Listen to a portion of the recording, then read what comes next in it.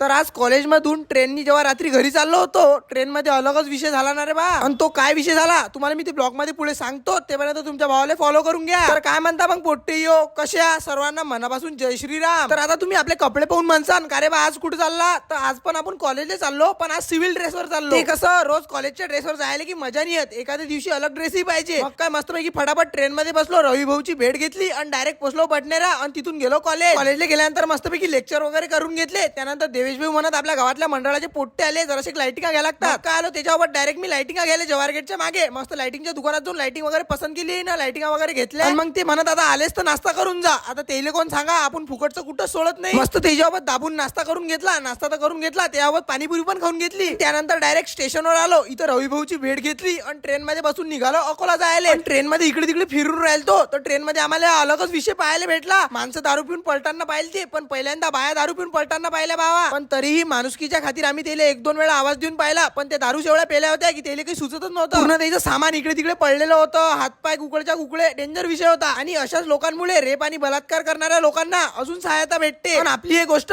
कोणाकोणाला खरी वाटते मला कमेंट करून एक वेळा नक्की सांग जा. आणि ब्लॉग आवडला असेल तर तुमच्या भावाला एक वेळा फॉलो करून घे जा. जय श्रीराम.